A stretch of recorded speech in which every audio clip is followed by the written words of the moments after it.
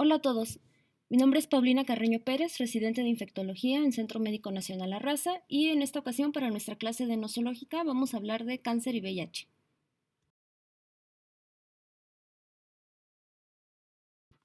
Los temas que vamos a tocar en realidad son muchos y muy amplios, y por eso vamos a tratar de hacerlo lo más reducido y resumido posible. Vamos a ver una pequeña introducción y para poder analizar mejor este tema vamos a hablar sobre un caso clínico de nuestro hospital. Vamos a hacer énfasis en el sarcoma de Kaposi por la importancia que tiene y luego vamos a hablar de otros temas que no son menos importantes, pero que sí son menos frecuentes y por eso los vamos a tocar nada más en su superficie.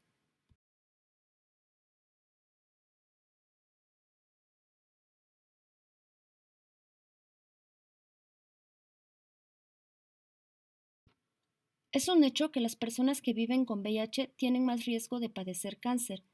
El VIH per se es un factor de riesgo independiente para esta enfermedad. En esta imagen podemos observar cómo se ha ido incrementando la sobrevida en los pacientes que viven con VIH.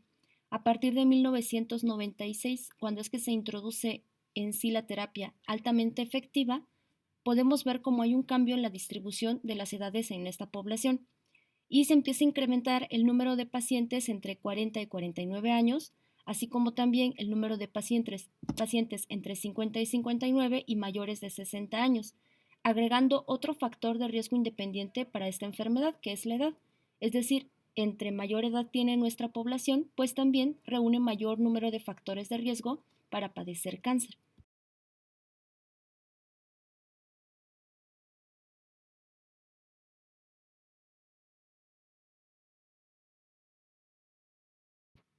Y bueno, en esta imagen podemos ver que aunque la incidencia de cáncer ha sido mayor en esta población, tanto en la era pretratamiento como en la actualidad, pues en la actualidad esto podemos adjudicarle un papel muy importante al aumento de la sobrevida y la edad que tienen nuestros pacientes.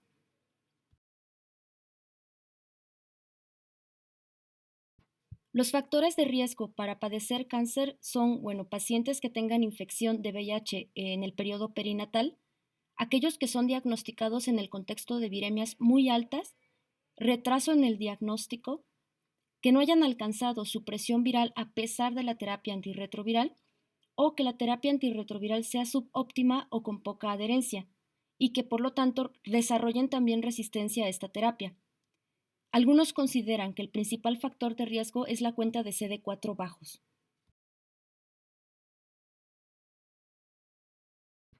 Este tema lo estamos abordando en el grupo de infecciones oportunistas, y es que la mayoría de estas neoplasias están asociados a virus, que inducen la expresión de genes que inducen proliferación, producción de citoquinas y angiogénesis. Dentro de estos encontramos el virus humano del sarcoma de Kaposi, virus humano tipo 8, virus de papiloma humano, virus del Epstein-Barr, virus de hepatitis B, virus de hepatitis C y el poliomavirus de células de Merkel.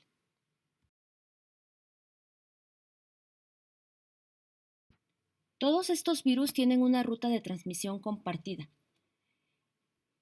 Es por eso que la presencia de uno debe hacernos sospechar la presencia de los otros y usualmente nuestro paciente está coinfectado con múltiples virus. De acuerdo al virus que se encuentra podemos asociar o buscar el tipo de malignidad. Así el virus tipo 8 se asocia a sarcoma de Kaposi y linfoma no Hodgkin, el virus de Epstein-Barr a linfoma no Hodgkin, linfoma Hodgkin y cáncer de cabeza y cuello, el virus de papiloma humano a cáncer cervical, anal, cabeza y cuello y por supuesto virus de hepatitis B y C a hepatocarcinoma.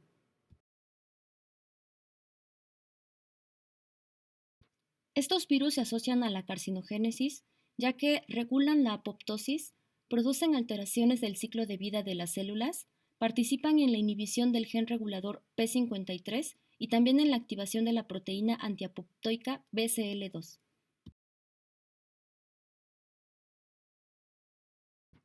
Además debemos recordar el papel del VIH en la carcinogénesis, por medio de la activación de genes celulares, interrupción de la proliferación celular, interrupción de la reparación del ADN celular y con interrupción de la apoptosis, incrementando la capacidad oncogénica de otros virus. A esto le vamos a sumar el papel de la inflamación crónica. reconociendo que nuestro paciente que vive con VIH se encuentra en un estado de inflamación crónica, con actividad inmune constante, hiperactividad de las células B y posteriormente fatiga de las células T CD4, con incremento de biomarcadores de inflamación, lo que también incrementa su riesgo basal para tener neoplasias.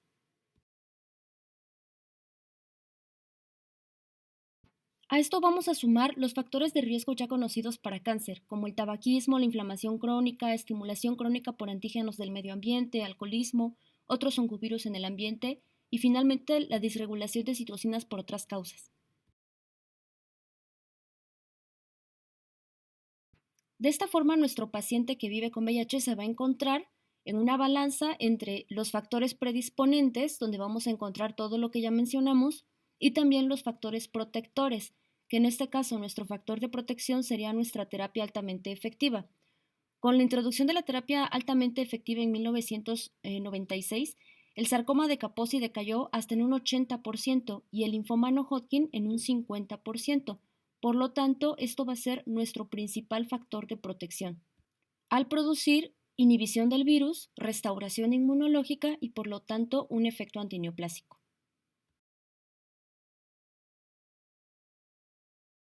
Así vamos a encontrar los cánceres definitorios de SIDA, como el sarcoma de Kaposi, el cáncer cervicouterino, el linfoma no Hodgkin, el linfoma primario del sistema nervioso central, linfoma de Burkitt's, linfoma difuso de células B, linfoma plasmablástico y linfoma primario de derrame pleural o de efusiones.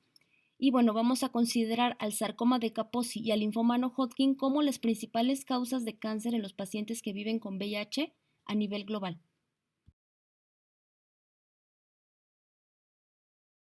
En esta tabla lo que vamos a observar son las enfermedades linfoproliferativas que están fuertemente asociadas a la infección por VIH. Además, en la columna de en medio podemos tener la inmunistoquímica de cómo podemos identificar estas enfermedades. Esto es muy importante porque hay mucha superposición de la clínica en estos casos. En la tercera columna podemos ver algunas variaciones clínicas que son distintivas de esta enfermedad en los pacientes que viven con VIH. Por ejemplo, ¿no? Su asociación al conteo de CD4 en el caso del linfoma primario del sistema nervioso central, que se presenta con CD4 de menos de 100. Así como el linfoma primario asociado a efusiones, que se describe primariamente en efusiones, principalmente derrame pleural, pero que también pueden tener presentaciones nodales o extranodales, y que puede ocurrir frecuentemente en el contexto de un sarcoma de Kaposi. También tenemos el linfoma plasmablástico, que originalmente se describió en lesiones de mandíbula, pero que también lo podemos encontrar en lesiones nodales y extranodales. Y vamos a ver aquí también la enfermedad de Castleman, que en otra población sería muy poco común, pero que en el paciente que vive con VIH incrementa su incidencia y que también puede estar asociada con el sarcoma de Kaposi, y que se caracteriza precisamente por un estado hiperinflamatorio. Y observamos también el linfoma clásico, que en estos pacientes es frecuente que lo observemos de forma extranodal o de forma aislada, por ejemplo, solamente como enfermedad ósea, y que puede variar la edad de presentación. Vamos a observar también los cánceres que no se asocian o que no son definitorios de SIDA, pero que sí tienen una incidencia incrementada en las personas que viven con VIH. Aquí se encuentran el cáncer de pulmón, el cáncer anal, el linfoma Hodgkin, el cáncer parafaringeo o de la cavidad oral, el carcinoma hepatocelular, el cáncer vulvar y el cáncer de pene. Y podemos ver que en realidad la presencia de estos cánceres en esta población, además de los factores que ya mencionamos, pues tiene mucha influencia de la presencia de los virus que dijimos que tienen una ruta pues compartida de contagio y que por lo tanto pueden presentarse todos a la vez.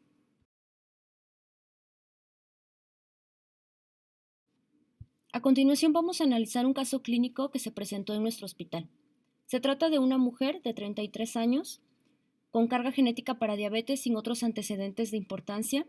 Vamos a ver que nos niega crónicos degenerativos, únicamente tiene asma desde los 14 años, no ha presentado exacerbaciones, tiene 2 cirugías cesáreas y todo lo demás es preguntado y negado. En los antecedentes ginecobstétricos, pues encontramos que tiene factores de riesgo para enfermedades de transmisión sexual. y que inicia 2 semanas previas a su internamiento con presencia de fiebre de 40 grados de predominio nocturno, con diaforesis profusa, astenia y adinamia. Presenta evacuaciones diarreicas de 10 veces al día con moco, náusea y vómito de contenido alimenticio y biliar. Progresa con disnea y tos con expectoración escasa y alcalina. Y finalmente, después de mucho tiempo, acude a valoración, inicialmente valorada en Hospital General de Zona con tratamiento con moxifloxacino y broncodilatadores, cursando con anemia, requiere varias hemotransfusiones, tiene vaciloscopía en expectoración positiva y serología para VIH positiva, por lo que es referida a nuestra unidad para manejo. Ahorita, como hemos estado muy ocupados con la pandemia del COVID, pues los R5 no han tenido la oportunidad de ver al 100% la evolución de estos pacientes, pero creo que esta paciente es una de las que mejor ejemplifica cómo nos llegan los pacientes en estadios tardíos, con viremias altas, con un diagnóstico que se ha retrasado y que pues llegan con múltiple sintomatología que no puede ser explicada por una sola enfermedad y que probablemente esté asociada a múltiples infecciones oportunistas.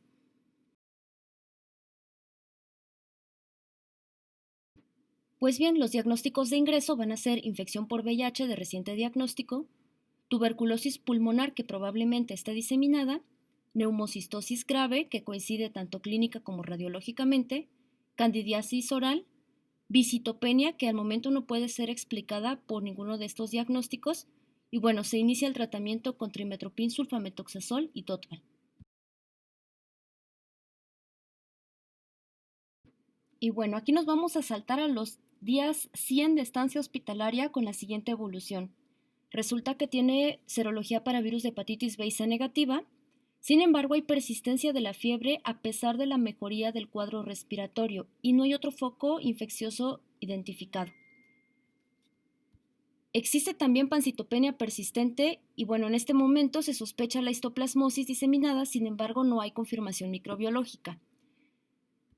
Por la evolución de la paciente se decide el inicio de la terapia antirretroviral, que en ese momento fue tenofovir, emtricitabina, efavirenz. En este momento crítico de evolución de la paciente con múltiples síntomas y que sospechamos una infección oculta, probablemente por histoplasmosis, con tratamiento antirretroviral, tratamiento para tuberculosis, para neumocistosis, visitopenias, a 100 días de estancia hospitalaria aparecen una dermatosis diseminada a cuello, tórax anterior y extremidades, que inició en muslos y esto hay que ponerle atención, es muy característico. Y bueno, le hacemos una biopsia, sin embargo no se reportan células neoplásicas. Vamos a ver las lesiones de cerca.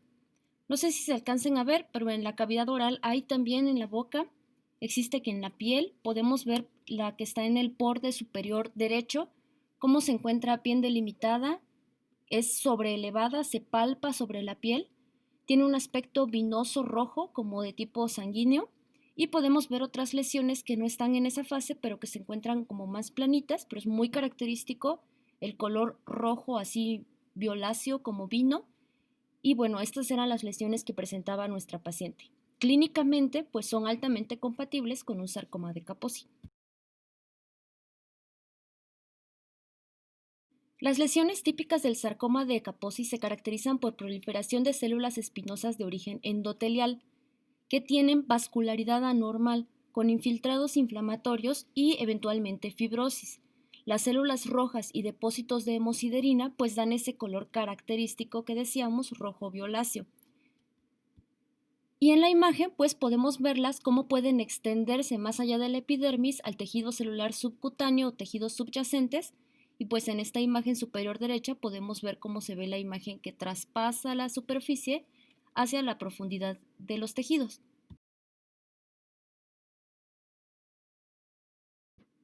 Las áreas típicas que afecta van a ser primero las extremidades inferiores y esto es que este virus puede inducir genes que pueden ser activados por hipoxia y es por eso que usualmente inician en las áreas de más hipoxia del cuerpo, que son las extremidades. Y posteriormente evolucionan a cara, mucosa oral, genital, tracto gastrointestinal o pulmones. Por esto es muy importante que cuando nosotros vemos un paciente que tiene este tipo de lesiones externas en esta cantidad y con esta diseminación importante, siempre busquemos esta enfermedad diseminada. Así que está indicado la realización de una endoscopía, que inicialmente por los síntomas de la paciente había resultado sin alteraciones, pero que a 23 días de su primer realización, pues se observan lesiones compatibles con sarcoma de Kaposi tanto en boca como en faringe.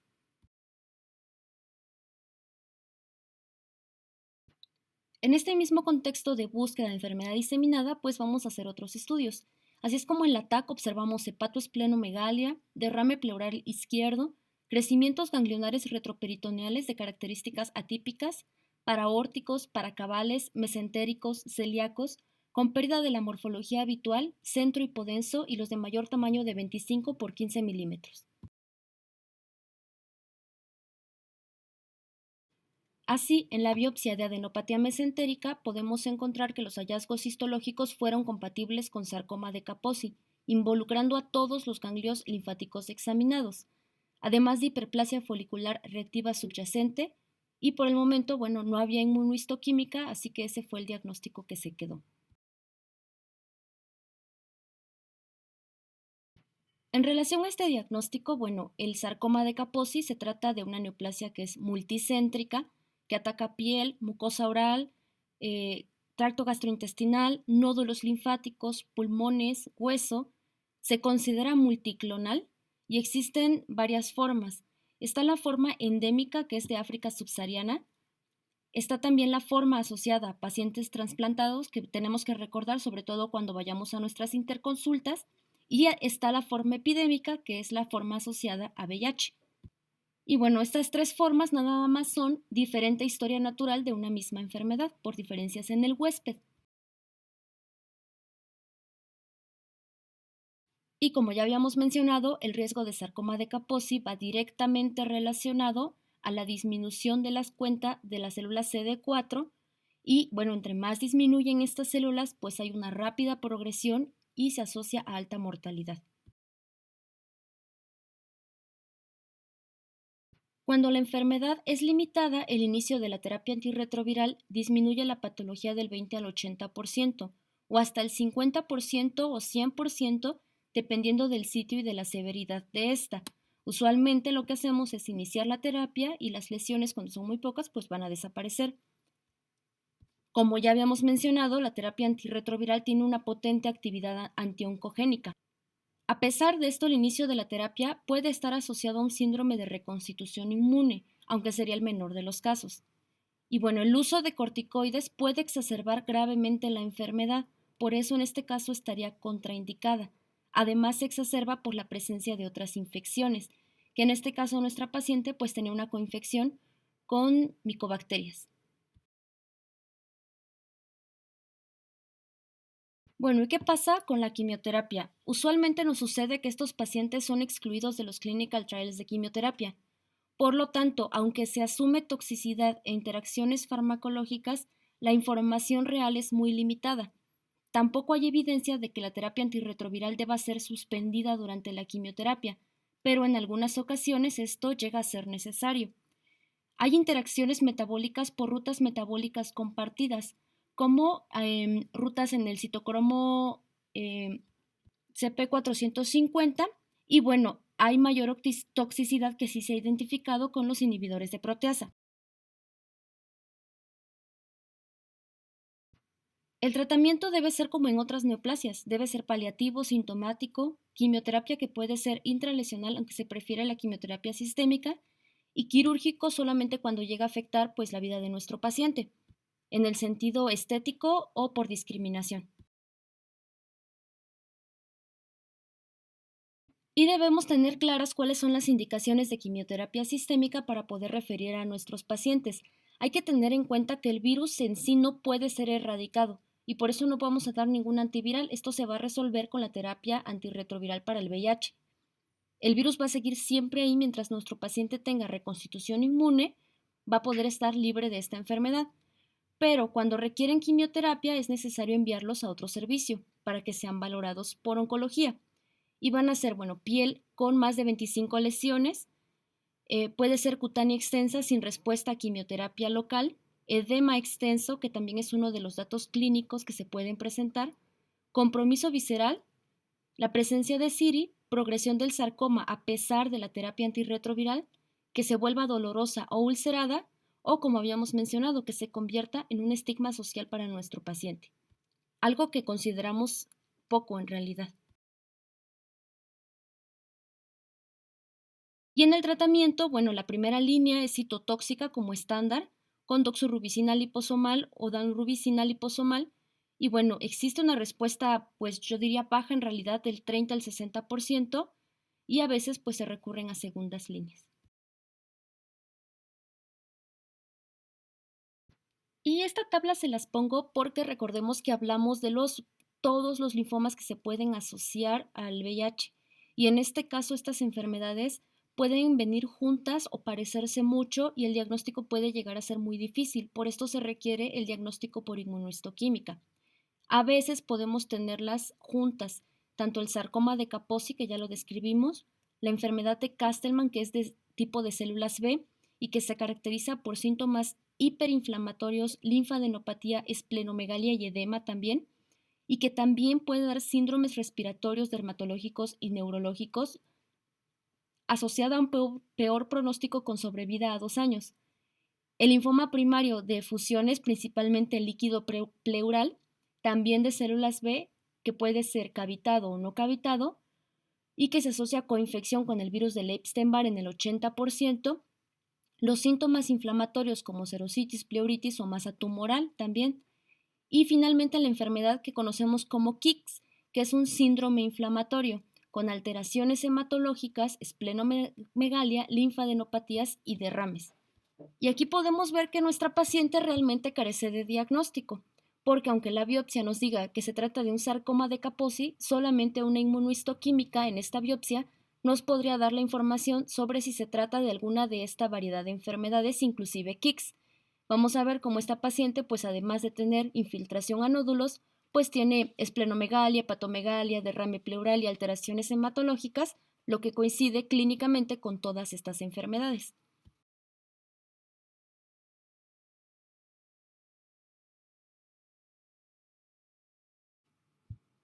Como habíamos mencionado, pues existen varios linfomas relacionados a VIH y es por esto que siempre deben realizarse pruebas de escrutinio al momento del diagnóstico de VIH.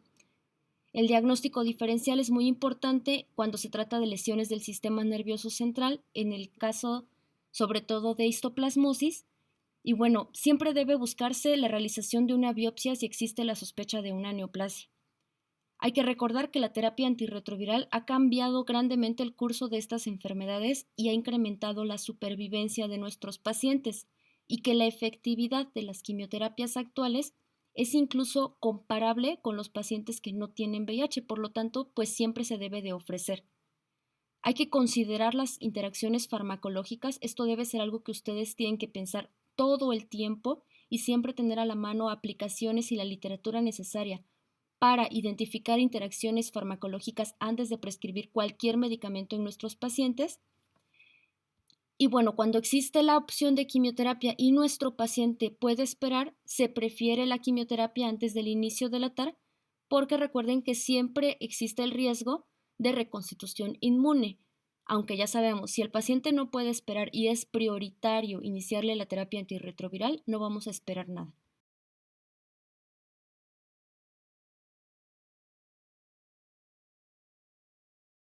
Ya casi para acabar, quiero hacerles énfasis en dos tipos de cánceres que han cobrado mucha importancia en los últimos años, y esto es que está habiendo una redistribución en la proporción de hombres y mujeres. Cuando se consideraba que esta enfermedad casi era exclusiva de hombres, pues ahora la proporción de mujeres ha crecido mucho, y esto ha hecho que se incrementen los cánceres que per se ya se asociaban a la mujer. Por ejemplo, en el caso del cáncer cervicouterino, que es la principal causa de cáncer en las mujeres de por sí, pues con la coinfección de VIH y virus del papiloma humano, pues se ha incrementado bastante. El seguimiento es el mismo, pero sí se recomienda que cuando nosotros tengamos una paciente identificada con reciente diagnóstico de VIH, hagamos siempre pruebas de screening, ya que se tratan de cánceres prevenibles y tratables. Igualmente se realiza citología cérvico-vaginal anual y test de cepas oncogénicas.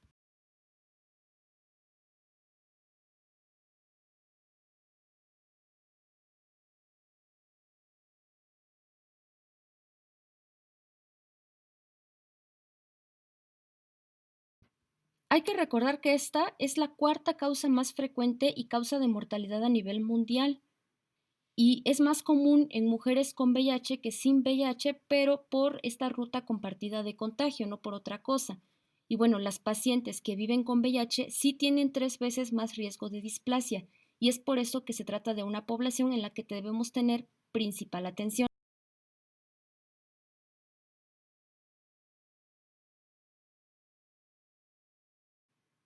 Y bueno, la siguiente neoplasia en importancia sería el cáncer de mama. Y en las mujeres que viven con VIH puede presentarse en menor edad, podemos identificarla en estadios más avanzados, existe mayor frecuencia de enfermedad multifocal y metástasis más tempranas y se asocia a un pobre pronóstico y bueno, en este caso es un reto totalmente en el tratamiento de ambas enfermedades.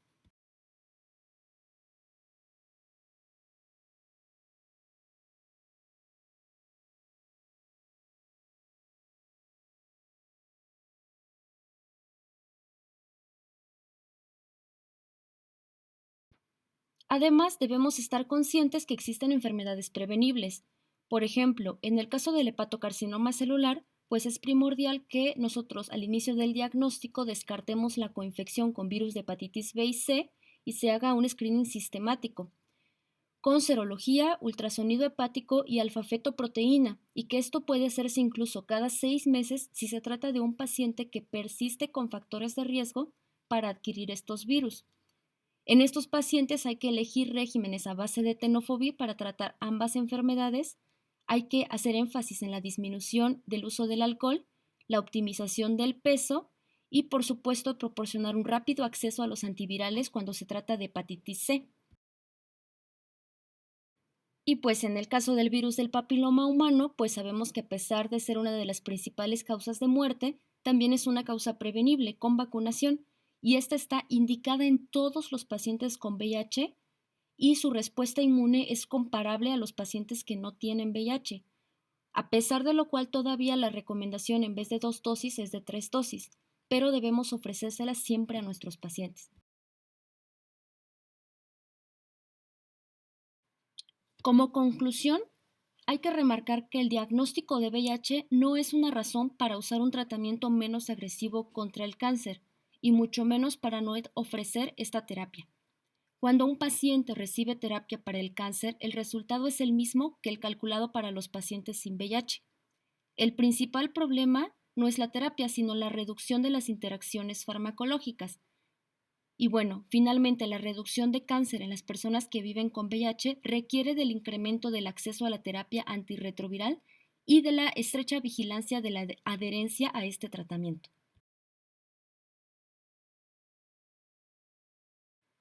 Esto ha sido todo por mi parte. Espero que este resumen les haga prever estas enfermedades en sus pacientes, llevarlos a un tratamiento antirretroviral óptimo con adherencia del 100%, lograr siempre las metas que nos llevan a la reconstitución inmunológica, establecer nuestros riesgos, hacer screening, hacer diagnóstico temprano y nunca limitar el tratamiento de un cáncer, enviarlos con quien tiene que ser a oncología, ofrecerles la quimioterapia, no ser menos agresivos, platicarles siempre sobre las expectativas de vida que hay, la sobrevida, cómo ha mejorado, ofrecerles siempre el tratamiento y bueno, estar muy pendientes del seguimiento de nuestros pacientes. Gracias.